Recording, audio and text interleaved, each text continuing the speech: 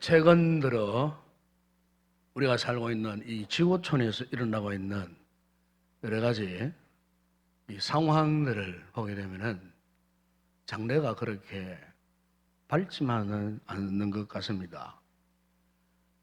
며칠 전 방송국에 상영했던 다큐멘터리 영상 가운데 보니까 최근 촬영한 그런 내용물이었는데, 지금 북극 빙하가 거의 절반에 이를 정도로 녹아지고 없어졌다는 그런 충격적인 소식을 접하게 되었습니다.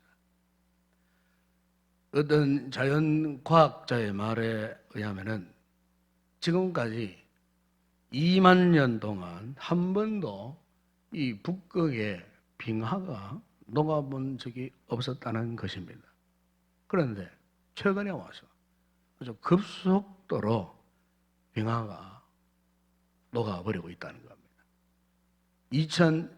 2030년 이후가 되면은 아주 심각한 상태가 되어진다는 거죠. 얼마 안 있으면 북극의 모든 얼음이 녹아버려서 북극이 갖고 있는 아주 중요한 역할, 기능을 상실해버린다는 겁니다. 여러분, 이 북극의 빙하가 다 녹아버리면요, 우리가 흔히 알고 있는 편서풍이라고 하죠. 편서풍. 이 제트기류입니다. 이 제트기류가 활동이 약해진다는 거예요. 이 제트기류가 힘이 있으면요, 전 세계의 이 공기의 흐름을 정화시키는 그런 역할을 한다는 겁니다. 그리고 이 제트기류가 온도를 적정선 내 이 지구를, 이 땅덩이를 유지를 시키고, 그리고 뚜렷한 이 사계절을 만들고, 이 대기 중에 미세먼지나 중금속으로 오염된 이 공기들을 순환해가지고 이 지구의 공기를 정화시키는 이런 아주 중요한 기능을 이 제트기류가 하고 있다는 거예요. 그런데 만약에 북극의 이 빙하가, 얼음이 만년설이 다 녹아버리면은, 그런 기능을 상실해버리면은 지구가 점점 더 뜨거워진다는 거죠. 급기야 히말라야의 만년설까지도 다 녹아버린다는 거예요. 그런데 만년설이, 빙하가 녹아버린 그것으로 문제가 끝나지 않고, 그동안에 수만 년 동안 이 만년설 때문에, 빙하 때문에 이게 지표면으로 올라오지 못했던 메탄가스들이 이렇게 표면으로 올라오면서 현재 이 공간에 있는 이산화탄소와 결합함으로써 그 다음부터는 상상하지 못하는 이런 땅의 재앙들이, 재난들이 일어나게 된다는 거죠. 지구가 뜨거워지므로 해수면 온도가 높아지고, 그러므로 지금까지는 전무후무했던 강력한 이 태풍들이 1년을 두고 계속해서 육지를 향하여 이렇게 몰려온다는, 이런 참 앞으로 상상하지 못하는 대재난, 대재앙을 경고하는 그런 모습을 볼 수가 있었습니다. 이런 뿐만 아니고 지금 전 세계가 각종 무슨 질병들, 특히 아직 치료약이 없다고 하는, 백신이 없다고 하는 이 중국 우한, 신종 이 코로나 바이러스의 이 감염증이 지금 모든 대륙을 넘나들고 전 세계가 지금 초비상 상태에 지금 놓여져 있습니다. 그러면 여러분, 왜 우리가 살고 있는 이 세상에 왜 이다지도 편할 날이 없는가? 그 이유가 무엇인가? 우리가 성경적으로 보게 되면은 이 같은 재난이나 이 재앙의 날의 발단이 뭐냐면은, 지금도 인간들이 하나님을 거역합니다. 지금도 이 인간들이 하나님의 말씀을 불순종하고 타락한 삶을 삽니다. 욕망대로 살아갑니다. 그 인간의 그 오만함, 교만함의 그 결과가 뭐냐? 바로 오늘 이렇게 이 땅에 이 같은 재난, 재앙이 그칠 날이 없는 형국의 결과가 바로 그것 때문이라 그것입니다.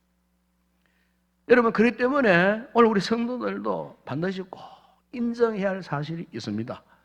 우리가 이렇게 죄 많은 이 세상을 살아가는 가운데에 우리가요 결코 이 환난을 피할 방법이 없어요. 환난을 피하고 싶어도 피할 수가 없어요.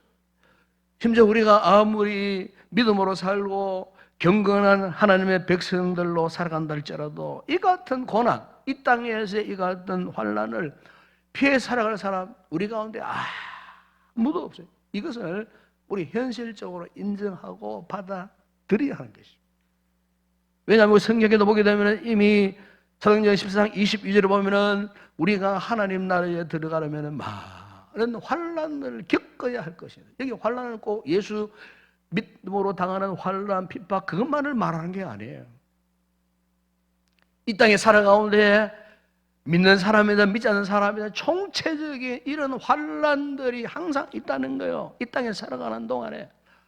그래서 여러분 요한복음 16장 33절에서 예수님께서도 말씀하지 않았습니까? 세상에서는 너희가 환난을 당하나 담대하라 그랬습니다. 세상에 살아 우리에게는 환난을 면할 길이 없어요. 환난이 반드시 있어요.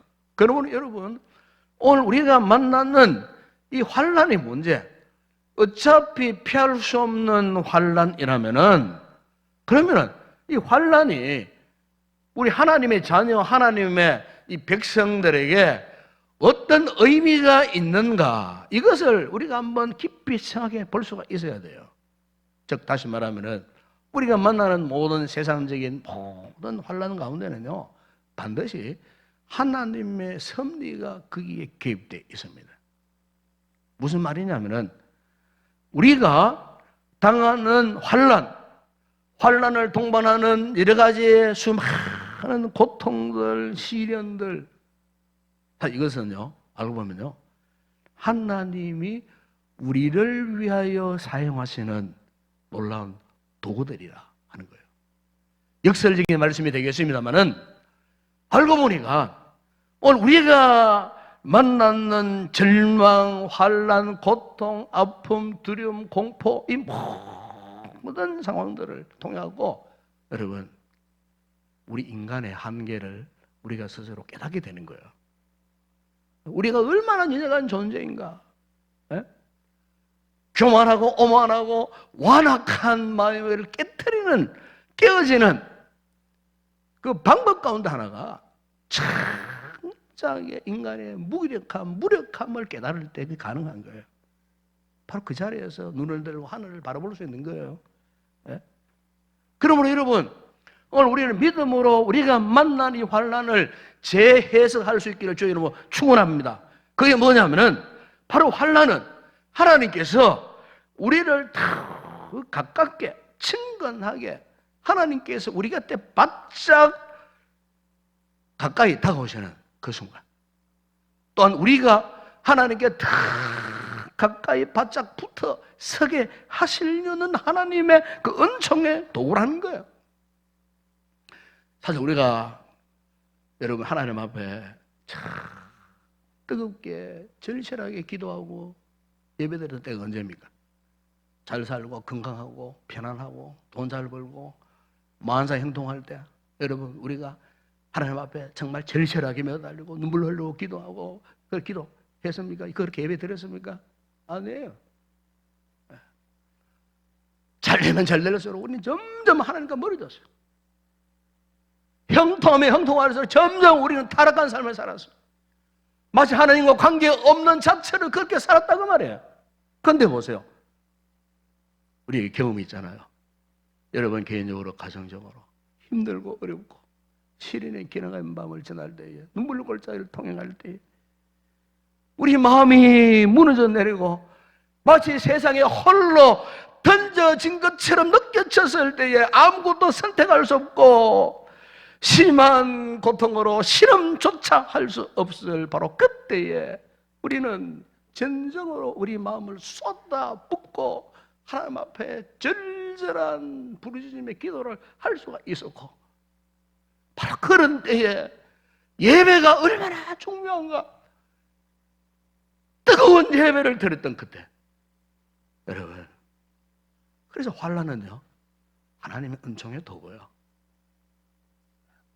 그래서 여러분 오늘 본문 10편 25편을 보게 되면 다윗이 바로 이 같은 환난 가운데를 지나면서 그가 괴로움에 탄식하면서 하나님 앞에 구원의 은총을 갈망하고 기도한 내용이 오늘 본문의 내용인데, 그 이 같은 고백 속에서 여러분 오늘 우리가 어떻게 하면은 당면한 모든 환난과 고통에서 벗어날 수 있는가, 어떻게 우리가 이 돌파구를 잘 수 있는가에 대한 그 정답을 바로 이 다윗의 고백을 통해서 얻을 수가 있습니다. 먼저 오늘 본문에 보면은 다윗은 환난을 당했을 때 그가 지금 만나고 있는 문제에 집착하지 않고 하나님께 온 신경을 집중했다는 사실을 오늘 이 본문에서 볼 수가 있습니다. 되게 이 사람들을 보게 되면은 환난에 들어가면은 어떤 문제를 만나면은 그 문제에 매여버리잖아요. 왜 나에게 이런 문제가 생겼을까? 내가 왜 이런 어려움을 당할까? 내 몸에 갑자기 왜 이런 병이 찾아왔을까? 이러면서 온갖 잡다한 생각에 머리가 가득해지고 혼란이 오고 막 머릿속이 하얘지는 것을 경험합니다. 오늘 본문의 다윗을 보세요. 다윗은요, 그가 환난을 만났을 때에 그 환난이 심해지면 심해질수록 어떻게 딱 고백합니까? 1절에 보세요. 여호와여, 주의 나의 영혼이 주를 우러러보나이다. 2절에 보세요. 나의 하나님이여, 내가 주께 의지하였습니다. 5절에 보면은 주는 내 구원의 하나님이시니 내가 종일 주를 기다립니다. 다 읽지 않았지만 15절에 보세요. 내 눈이 항상 여호와를 바라봅니다. 그래서 여러분, 우리가 인생을 살면서 만나는 이 환난이 때로는요 내 인생의 한계점을 느끼게 할 때가 많아요. 그러니까 우리가 내 힘으로 도저히 감당할 수 없는 나의 한계점에 딱 다다를 때, 그동안 내가 믿고 의지했던 나의 인맥이나 지혜나 의지나 노력이나 물질의 힘이나, 여러분 그거요 아무런 소용이 없어요. 아무런 소용이 없어요. 네? 그런데 우리가 이 같은 한계점에 다다르면요 어떻게 되느냐, 믿음이 없는 사람들은 그냥 무기력감에 빠져버립니다.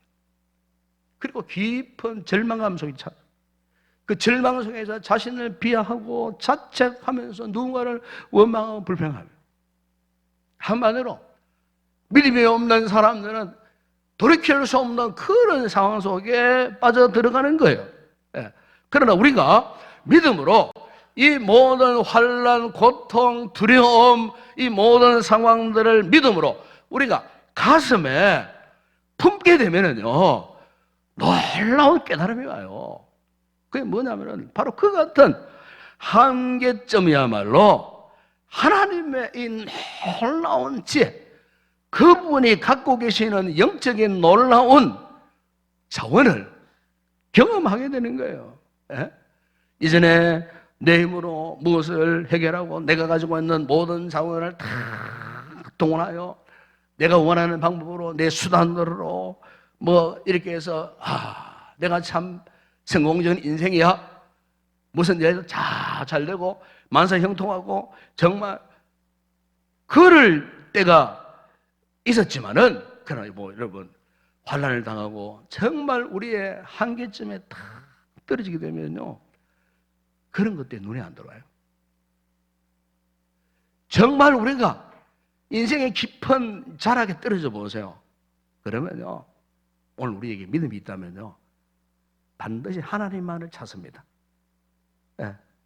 그분만 의지하게 돼 있다 그 말이에요. 그분 앞에 엎드려서 처절하게 울고짖지 않을 수가 없어요. 예?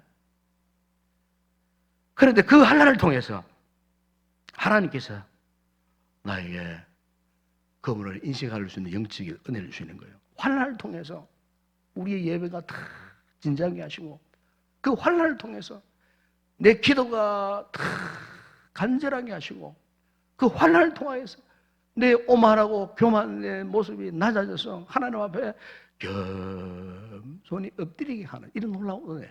여러분, 이게요, 환난을 통해서 우리 주어지는 하나님의 영적인 자원인 것입니다. 한 여러분, 오늘 우리가 당면한 환난을 도파할 수 있는 방법, 나에게 고통을 주는 문제에 집중하는 게 아니에요. 그 문제에 매어버리는 게 아니에요.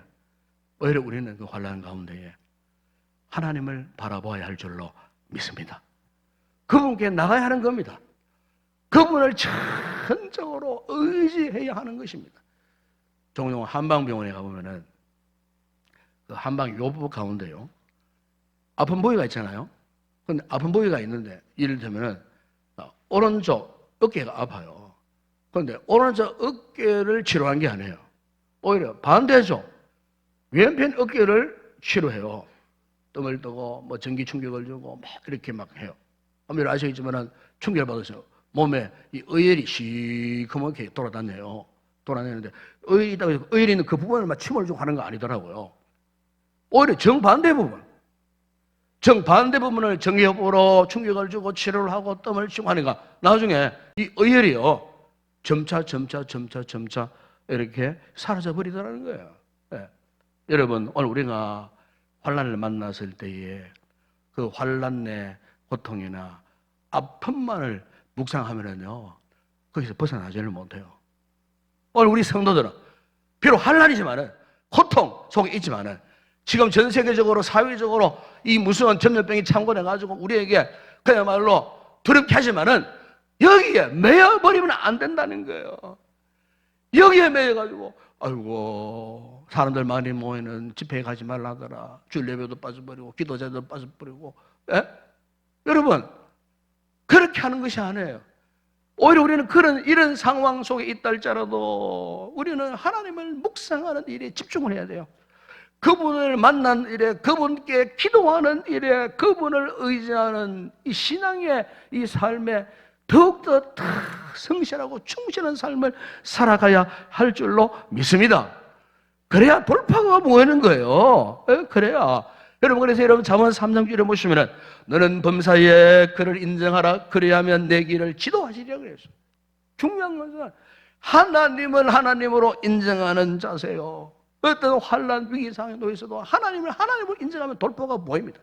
여러분, 제가 서울에 있을 때에 제가 잘 알고 있는 집사님 부부가 있었어요. 이분들은 저 경기도 안산에 가면은 바늘공단이 있어요. 이 바늘공단에서 기계 공작을 갖고 이제 이렇게 기계를 제작하는 이런 공장을 경영을 했어요. 그런데 이분이 그만 친구에게 사기를 당해버렸어요. 사기를 당해가지고 엄청난 빚을 져버리고 친구 대신 이분이요 저 서울 구치소에 수감되어 버린 거예요. 제가 그분 때문에 이 구치소라는 데 처음 신방하고 가봤어요.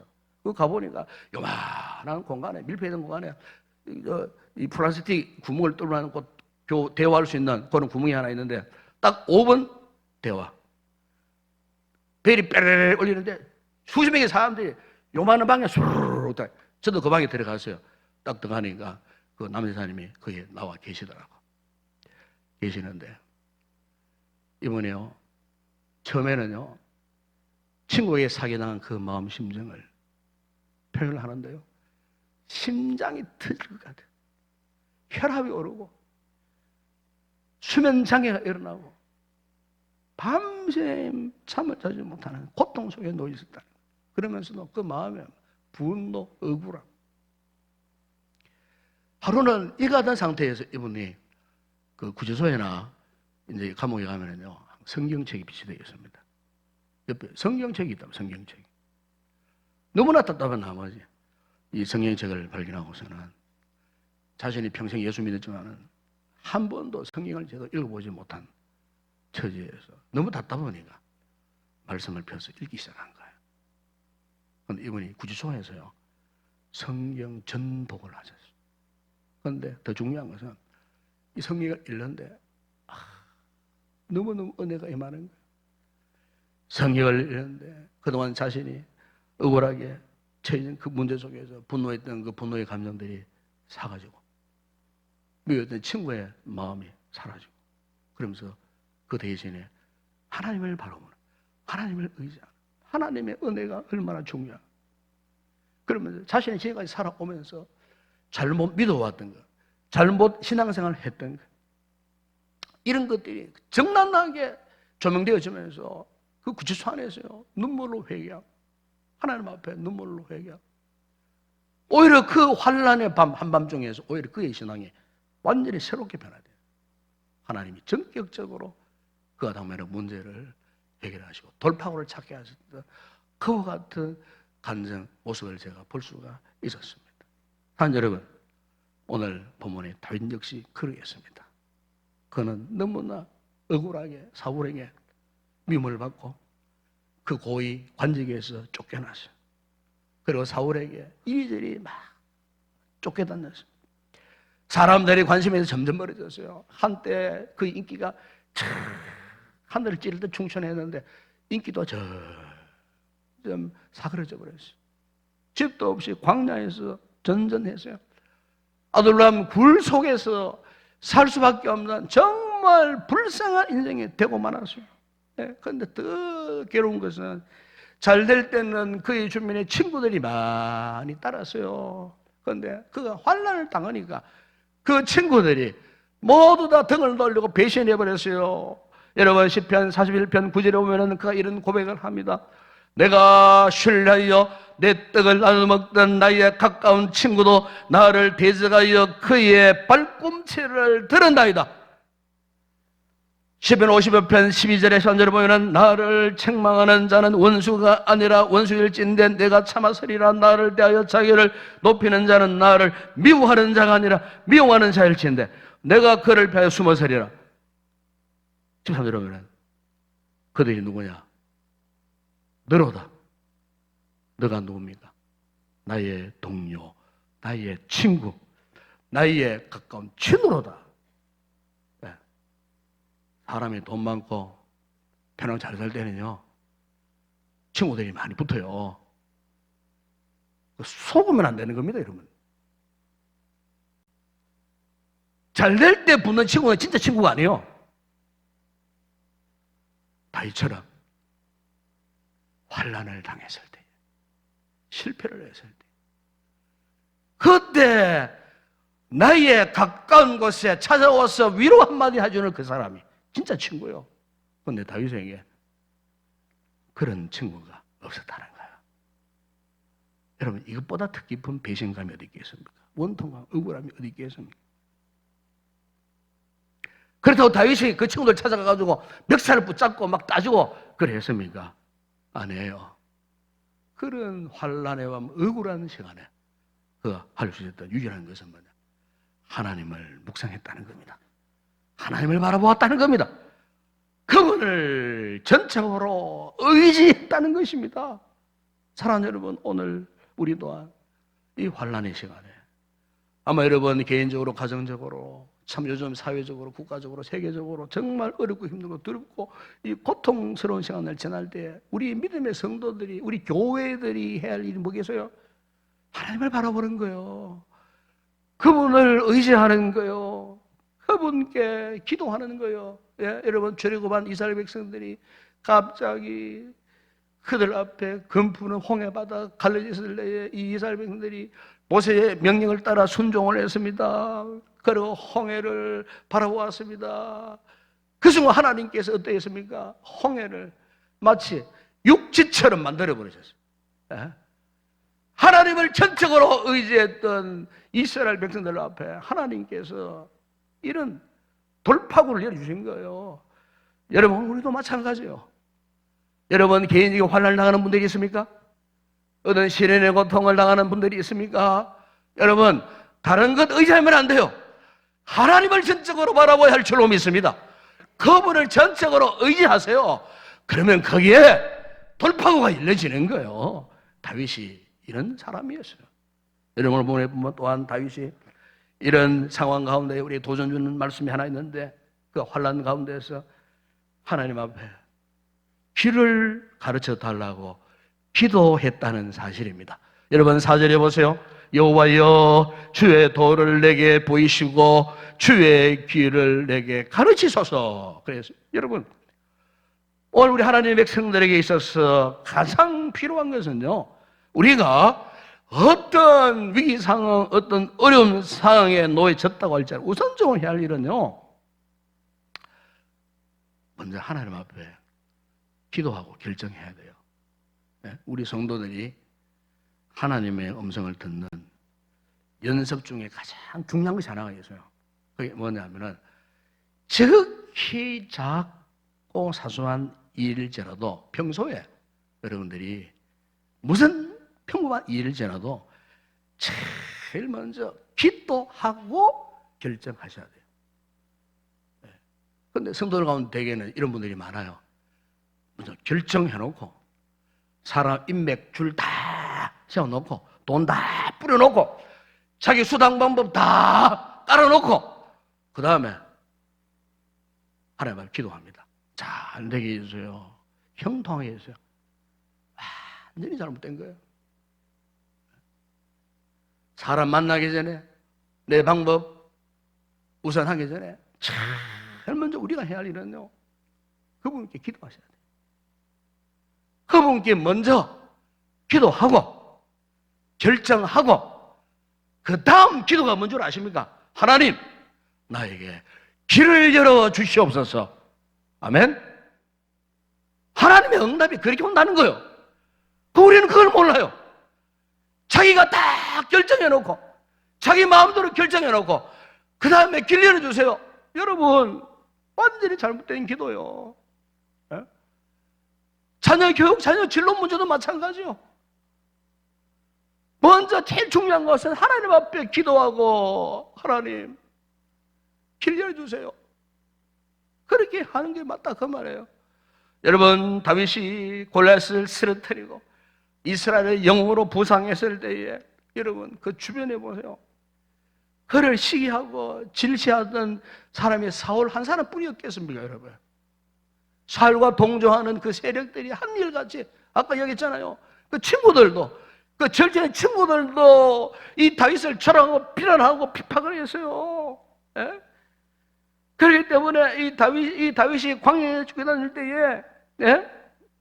항상 그는요, 왕궁에 있을 때부터 어떻게 했습니까? 항상 한 걸음 한 걸음 내딛기 전에 그가 제일 먼저 하나님 앞에 자신의 길을 내어 맡겼어요. 제일 먼저 기도했다는 겁니다, 여러분. 예? 훗날 다윗이 전쟁할 때도 마찬가지였어요.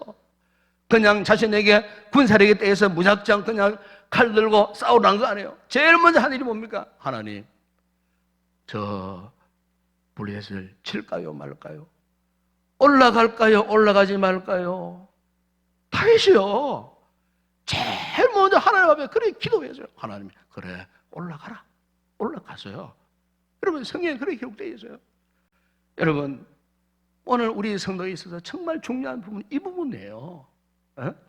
그런데 여러분, 우리에게는 좋지 못한 내면의 장애물이 있어요. 이걸 유명한 이 심리학자였던 이 프로이드가요, 인간의 내면 심리를 연구하면서 처음으로 이런 이야기를 했어요. 인간의 내면에는 잠재의식이라는 게 있다고 그렇게 이야기를 했어요. 그러니까 인간의 모든 문제 행동 속에는 잠재의식과 관련이 있다는 주장을 했어요. 더욱이 이 인간의 잠재의식 속에는 소위 광기가 있다는 거예요.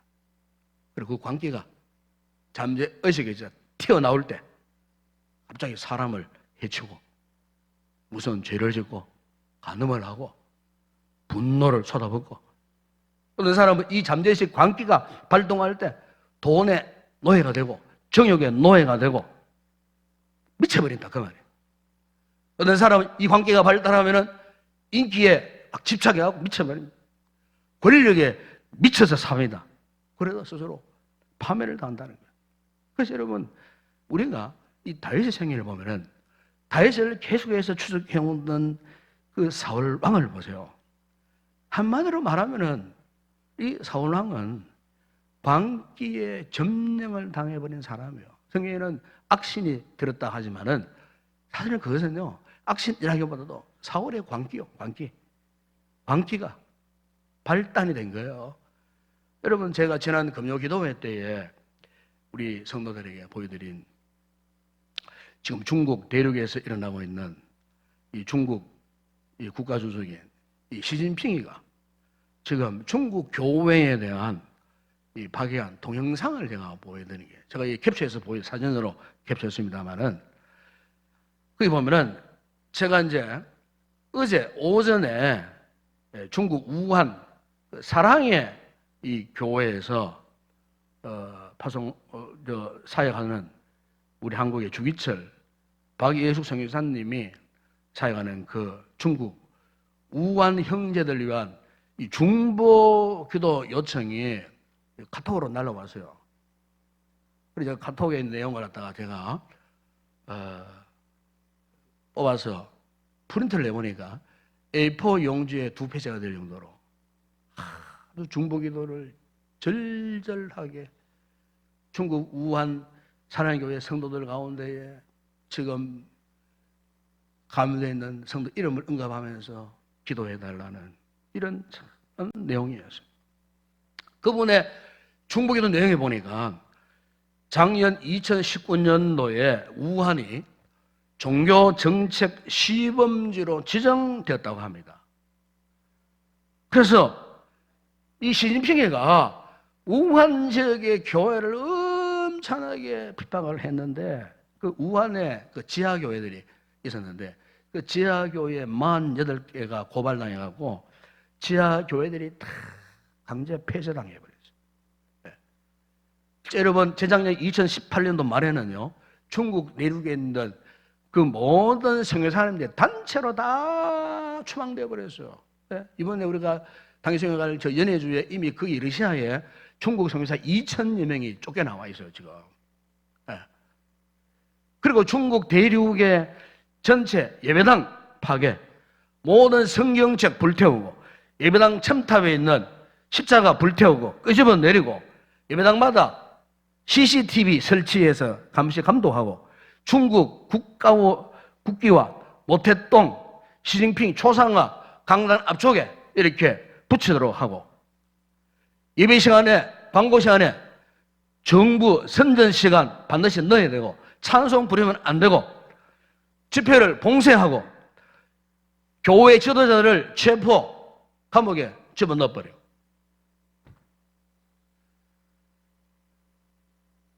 지금 무시무시한 일들이 중국 대륙에 일어나고 있는 겁니다, 여러분. 잘 아시겠지만 작년 12월 30일 날 신종 코로나 바이러스의 이 감염증을 처음 알린 중국 우한 중앙병원의 안과 의사였던 리원양 씨가 이 사실을 제일 먼저 발견했어요. 친구들 모아가지고, 야, 큰일 났다. 그래서 SNS에 이걸 떼어가 알리자 하니까 중국 공안에서 그걸 체포했어요. 유언비어를 납품한다고. 그래, 훈계서를 써갖고 무시한다, 거짓말이다, 각서를 쓰고 무마시켜버렸어요. 그래 불고 이 리원양 씨가 자기 병원 다시 와가지고 그 환자를 치료를 하다가 자신이 감염되어 버렸어요. 40일 되는 그날 34살에 바로 지난 금요일 날, 여러분, 사망했던 뉴스를 잘 알고 있지 않습니까? 여러분, 이 같은 사실들을 보면 참으로 한 인간의 이 광기가요, 충만한 중국의 현실이 어떠한가, 그걸 우리가 여실히 잘 알 수가 있어요. 지금 우리나라도 마찬가지죠. 지난 주간 7일 날 금요일, 목요일입니다. 더불어민주당의 원내대표 이아무개 씨가 어떤 언론회에 참석을 해갖고 인터뷰를 하면서 무슨 말 하는 줄 아십니까? 예? 금년도 4.15 총선 이후에 종교가 재편될 것이다. 우리 개신교를 꼭 집어가지고 종교가 재편될 것이다. 개신교를 재편하겠다는 거예요. 이 무시무시한 발언을 그 사람이 했다는 겁니다, 여러분. 예? 미친 사람 아니요? 광기가 발동한 사람 아니겠냐, 그 말이에요. 이 정부가 미쳤다, 그 말이에요. 한마디로 말하면은. 예? 제가 웬만하면 이런 표현을 안 합니다, 주일 난제배 때. 29일 날 기독교가 목사님들이 총 권리에 올라가려고 하고 있습니다, 지금. 무슨 힘으로 자기들이 감히 하나님의 몸된 교회를 재편하겠다는 거예요. 예? 그런 말을 어떻게 감히 함부로 하느냐가 말이에요. 미치지 않고서는, 광기가 발동하지 않고서는 어떻게 그런 말을 함부로 하느냐가 말이에요. 여러분, 그러나 여러분, 저는 이런 생각을 합니다. 우리를 흥분하게 만들고 참 분노스럽게 만들지만은 그건 우리가 누굽니까? 전능하신 하나님 믿는 하나님의 사람 백성들이에요. 우리 이럴 때일수록 하나님 앞에서 냉철한 분별력을 가지고 말씀 앞에 올바르게 판단해서 지혜롭게 믿음으로 행동해야 할 때가 아닌가, 저는 그렇게 믿습니다. 여러분, 그래 다윗이 오늘 보면 5절에 이런 기도를 했어요. 주의 진리로 나를 지도하시고 교훈하소서. 주는 내 구원의 하나님이시니 내가 종일 주를 기다리나이다. 여러분 보세요. 주의 진리로 나를 지도하시고 교훈해 주소서. 여러분, 우리 성도들이 이런 환난의 밤을 지나고 이걸 통과하기 위해서 중요한 것은 주님, 우리를 진리로 인도해 주세요. 당신의 진리로 우리를 인도해 주세요.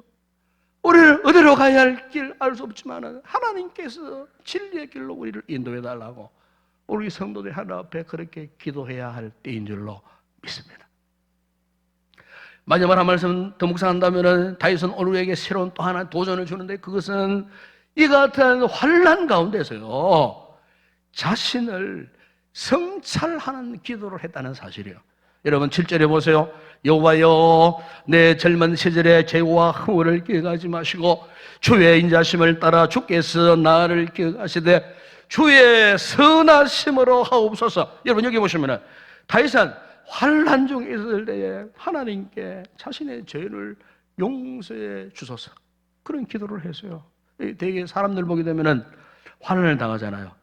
환난 당에 대한 원인을 찾을 때에 주로 남의 탓을 놀려요. 어떤 상황 탓을 놀려요. 그러면 자기에게는 잘못한 게 하나도 없다는 거예요. 여러분, 우리가 자신을 성찰해 보면요, 사실 100% 억울하기만 안 해요. 억울함만 있는 게 아니라 그 말이에요. 알고 보면 한 몇 퍼센트라도, 아니 0.1%라도 진짜 성찰하면요, 아, 나에게도 이런 잘못이 있구나, 이렇게 깨닫게 되는 거예요. 여러분, 성찰이라는 말이 이런 말이에요. 상대방이 99%를 잘못했다 할지라도 나 자신에 대한 1%를 찾아내어 살펴보는 게, 이게 성찰이에요. 그렇게 할 때 그 1%가 엄청난 파장을 불러일으키는 거예요. 여러분, 바닷물하고 민물하고 차이가 뭔 줄 압니까? 바닷물에 불과 3%밖에 되지 않는 소금기가 들어가 있기 때문에 바닷물과 민물의 결정적인 차이를 만들어내는 거예요. 여러분, 우리가 이 같은 삶의 환난의 정황 속에 던져졌을 때에 그 환난의 결과가 과연 나와 전혀 관계가 없겠나? 단 0.1%라도 나 자신과 관련이 없겠나? 그걸 찾아내는 거예요.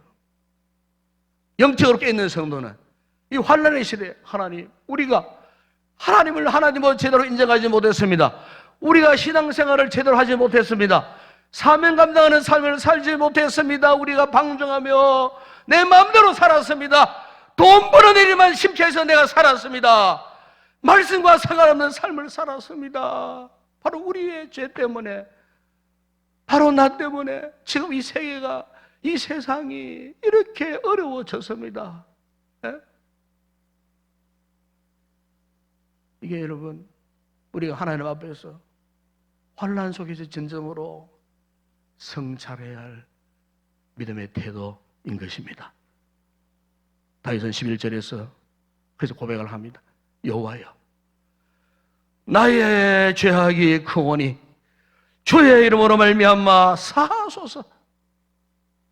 바로 여기에 오늘 우리가 당면한 환난을 극복하고 돌파하는 비결이 있는 것입니다. 여러분, 오늘 우리가 만난 이 환난은 그냥 우리가 이를 악물고 견딘다고 견뎌지는 게 아니요. 환난을 극복하고 돌파하기 위해서는 제일 먼저 하나님을 찾아야 할 줄로 믿습니다. 그분을 바라보고 그분만을 의지해야 돼요. 그래도 환난의 돌파구를 열어달라고, 진리로 날 인도해달라고 기도해야 할 줄로 믿습니다. 그리고 마지막 하나, 하나님 앞에 우리가 더욱더 자신을 성찰해서 하나님 앞에 우리가 바로 세워지도록 이를 위해서 믿음의 결단을 하면은 하나님께서 우리에게 놀라운 돌파구를 열어주시리라 믿습니다.